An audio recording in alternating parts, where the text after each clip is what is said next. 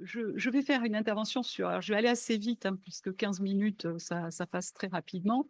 Juste pour me dire que je me suis greffée un peu au groupe Traplanum lors d'un colloque qui a eu lieu à Toulouse. Et comme j'avais un peu travaillé sur la négociation collective dans le champ des plateformes de mobilité, je m'étais dit que c'était intéressant de peut-être réfléchir à la négociation collective en lien avec les plateformes de micro-travail. En fait, c'est comme ça que je me suis rattachée en fait au groupe.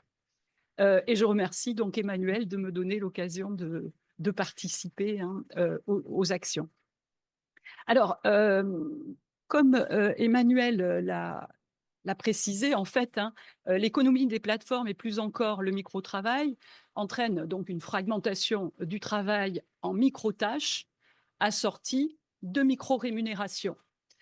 Il en résulte du coup une grande précarité de certains travailleurs qui est due notamment à des conditions de travail et de rémunération qui ne permettent pas à ces travailleurs de vivre décemment.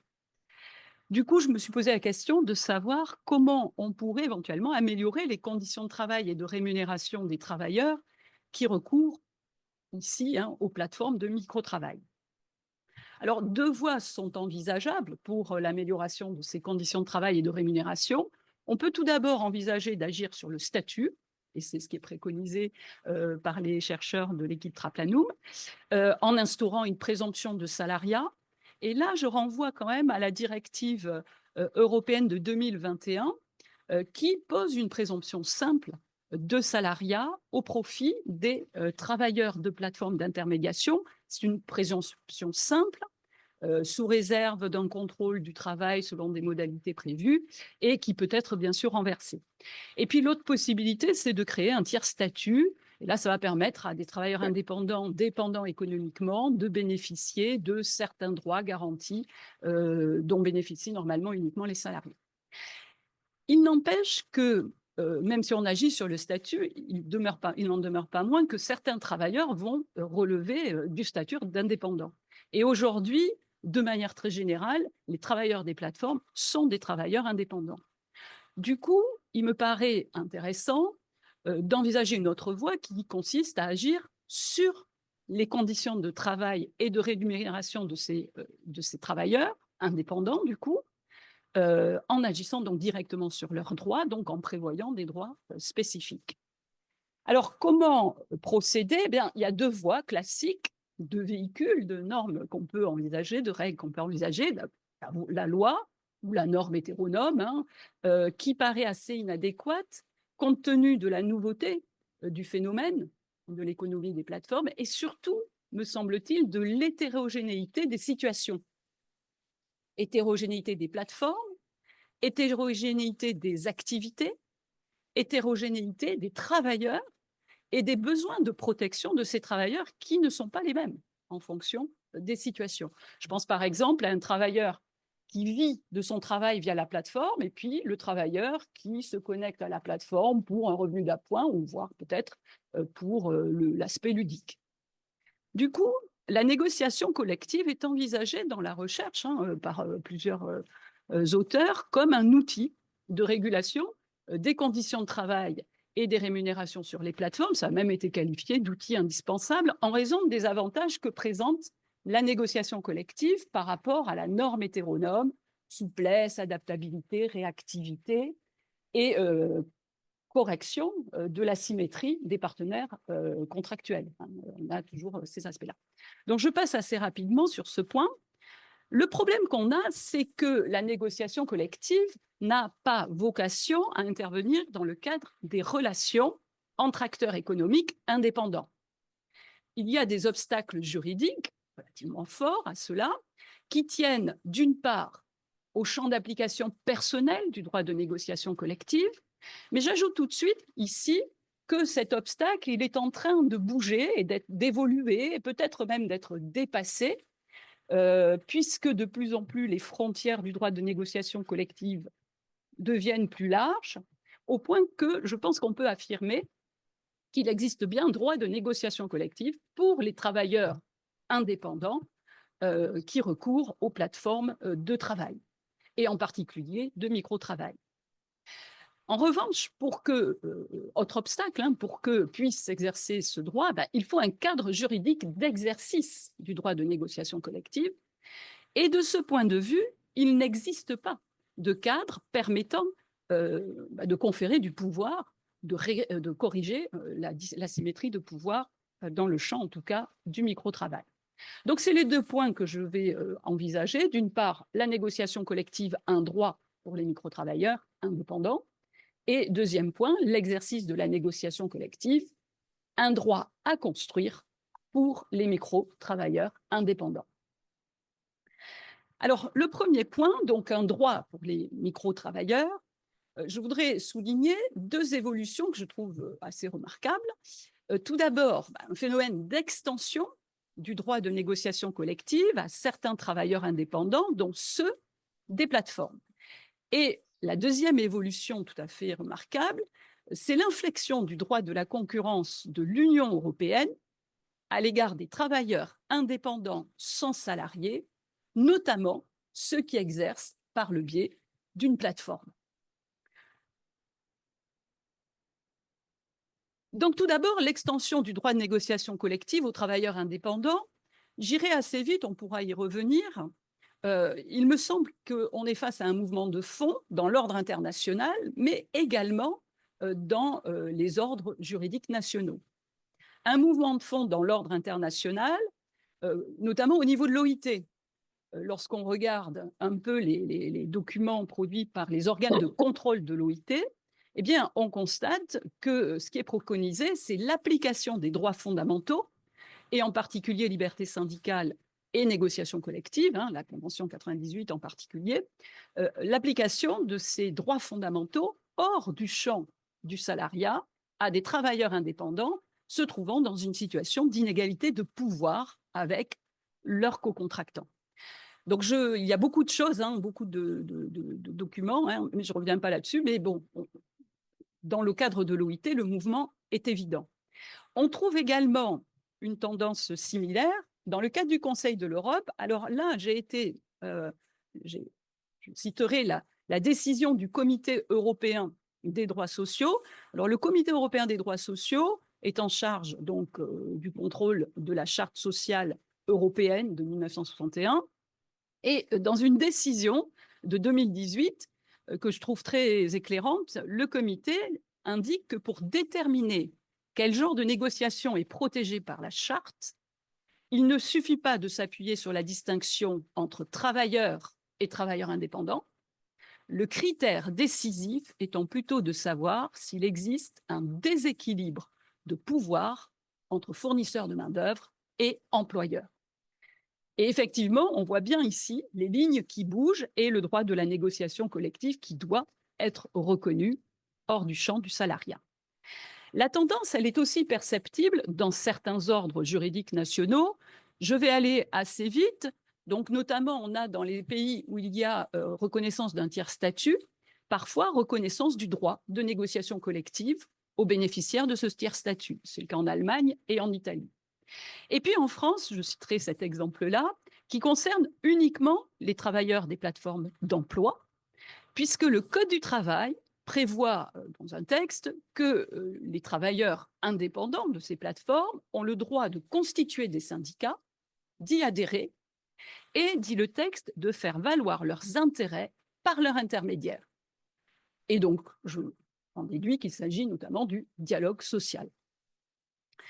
Donc, un champ d'application personnel du droit de négociation collective qui sort, on va dire, qui s'étend, et notamment dont les titulaires sont, me semble-t-il, on peut l'affirmer, les titulaires sont les travailleurs indépendants, notamment des plateformes, et notamment des plateformes de micro-travail, lorsqu'ils sont dans des situations spécifiques.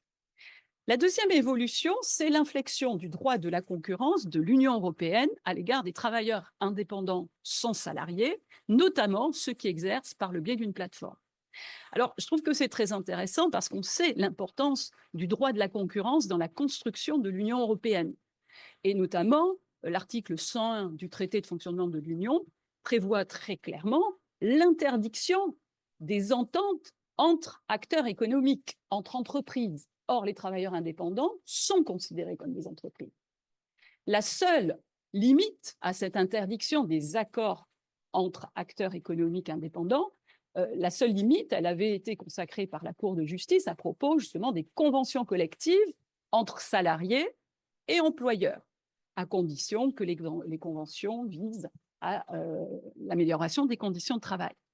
D'où l'importance de la communication de la Commission européenne de 2021, qui a été adoptée dans le paquet avec la directive de 2021, importance puisque cette commission vise à définir les lignes directrices relatives à l'application du droit de la concurrence de l'Union européenne aux conventions collectives concernant les conditions de travail des travailleurs indépendants sans salariés.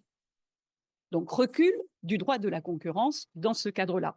Alors, qui sont ces travailleurs concernés? Ce sont les dépendants économiquement de leurs co-contractants. Alors, déjà, il ne faut pas qu'ils aient de salariés.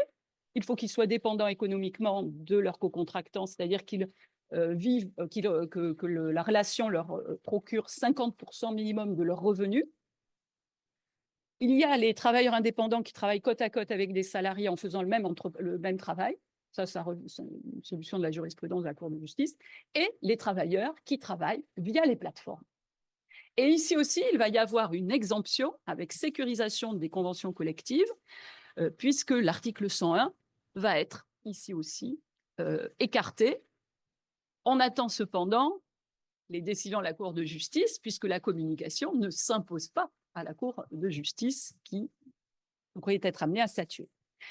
Donc, on le voit, on va quand même dans le sens d'une reconnaissance du droit de négociation collective aux travailleurs indépendants des plateformes d'emploi et notamment de micro-travail. Mais encore faut-il que ces travailleurs puissent exercer ce droit. Et là, on se heurte à des difficultés pratiques. Encore faut-il aussi que ce cadre d'exercice permette un rétablissement de l'égalité des pouvoirs. L'égalité, ou en tout cas, limite l'asymétrie des pouvoirs. Donc, il faut un cadre juridique d'exercice qui garantisse cela.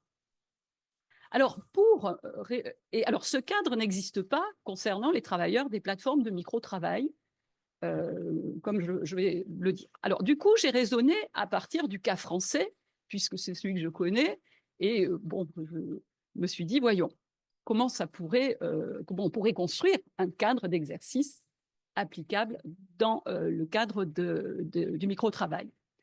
Donc, en France, il existe 2 cadres juridiques de négociation collective pour l'exercice de la négociation collective. Celui qui est applicable dans les relations entre employeurs et salariés. Et il existe aussi un cadre d'exercice de la négociation collective qui concerne les travailleurs qui recourent aux plateformes de la mobilité, et très spécifiquement, ce sont les VTC et les livreurs à bicyclette ou en véhicule à 3 roues, les livreurs de repas, hein, uniquement. Donc, on est dans ce champ-là uniquement, et ce cadre d'exercice du droit de la négociation collective, hein, qui s'applique à ces travailleurs, est défini très précisément dans le Code du travail. En dehors de ces 2 secteurs, le Code du travail ne prévoit rien. Il n'y a pas de prévision, ni dans le Code du travail ou ailleurs d'ailleurs. Donc, il n'y a pas de cadre juridique d'exercice en dehors qui serait applicable aux micro-travailleurs. Alors, l'idée, c'est est-ce qu'on pourrait, à partir du modèle applicable dans les plateformes de mobilité, construire un droit commun de la négociation collective qui serait applicable à tous les travailleurs des plateformes de quelque secteur que ce soit. S'agissant du micro, alors de manière générale, peut-être, mais des adaptations seraient forcément nécessaires. Des adaptations, notamment dans le cadre du micro-travail, parce que le micro-travail présente des caractéristiques spécifiques, avec 3 questions, me semble-t-il, qui montrent les limites d'une transposition et qui vont inciter du coup, à innover, hein, il va falloir innover. Il y a tout d'abord la question du lieu de la négociation. Le choix le plus classique, le plus logique, qui a été fait par le législateur français pour les plateformes de mobilité, c'est de choisir le niveau sectoriel, qui est apparemment le mieux adapté. Oui, mais les plateformes de micro-travail, elles sont généralement généralistes. Est-ce que le micro-travail constitue un secteur d'activité? Pas évident. Donc, je n'insiste pas. L'autre question, c'est sans doute la plus difficile, c'est celle de la représentation des micro-travailleurs. Qui pour les représenter? Et c'est particulièrement difficile parce que ces micro-travailleurs, ils sont dispersés, ils sont isolés, ils sont hétérogènes, très hétérogènes, et du coup, pas facile de faire émerger une conscience collective et qui est nécessaire à l'organisation de la représentation. Donc, j'insiste pas, hein, mais par qui, voilà, etc. Pour quelle représentativité, hein, je manque de temps, mais on pourra y réfléchir ensemble. Si vous avez des idées, je suis tout à fait preneuse. Et enfin, le dernier point, pour que le dialogue social marche fonctionne dans les plateformes de mobilité, on a créé en France une autorité de régulation du dialogue social dans le cadre des plateformes de mobilité, l'autorité des relations professionnelles des plateformes d'emploi, l'ARP. Alors, c'est une autorité spécialisée, un établissement administratif, public à caractère administratif, qui a pour mission d'accompagner le dialogue social, de le faciliter, de garantir la protection des représentants des travailleurs. C'est un observatoire. Elle homologue les accords qui vont qui vont pouvoir être étendus à tout un secteur d'activité, même si la plateforme n'est pas membre de l'organisation. Et elle a un rôle de médiateur très important dans le cadre des plateformes, hein, puisque les contentieux, ce pas des gros, des coûts énormes, et les travailleurs peuvent hésiter à aller devant les juges, etc. On pourra y revenir aussi. Par contre, elle n'a pas de mission de contrôle. Pas de mission de contrôle, pas de mission de sanction, ce qui est parfois, souvent, critiqué, puisque personne ne va contrôler finalement l'application des conventions collectives, si ce n'est le juge, le cas échéant, ou si on a une procédure de médiation. Alors pour les micro-travailleurs, ça pose problème, hein. Est-ce qu'il va falloir une autorité spécifique? Comment va-t-elle intervenir? Est-ce que la médiation est suffisante? Ne faut-il pas aller jusqu'à l'arbitrage, hein, des procédures plutôt d'arbitrage? Bref, autant de questions qui se posent, vous voyez, où je ne réponds pas vraiment, j'ai quelques idées, mais bon, on pourra peut-être en discuter. Ce qui me paraît important, c'est que le dialogue social est effectivement une réalité s'agissant de certaines plateformes, et notamment les plateformes de mobilité. S'agissant des plateformes de micro-travail, il y a des obstacles particuliers, des obstacles pratiques qu'il va falloir prendre en compte, et les solutions traditionnelles ou inspirées du modèle entre salarié-employeur ne vont pas forcément fonctionner. Il y a plusieurs difficultés pratiques, en particulier la dimension internationale du micro-travail. Les travailleurs sont partout. Il y a aussi le phénomène de réintermédiation, c'est-à-dire qu'on sous-traite beaucoup les micro-tâches, on peut les sous-traiter. Et il va être très difficile d'organiser un dialogue social à ce niveau-là. Mais il me semble que des solutions devront impérativement être trouvées si on ne veut pas que se développe, via les plateformes de micro-tâches, un travail indécent qui ne corresponde pas au travail décent. Donc voilà, je vous remercie pour votre attention.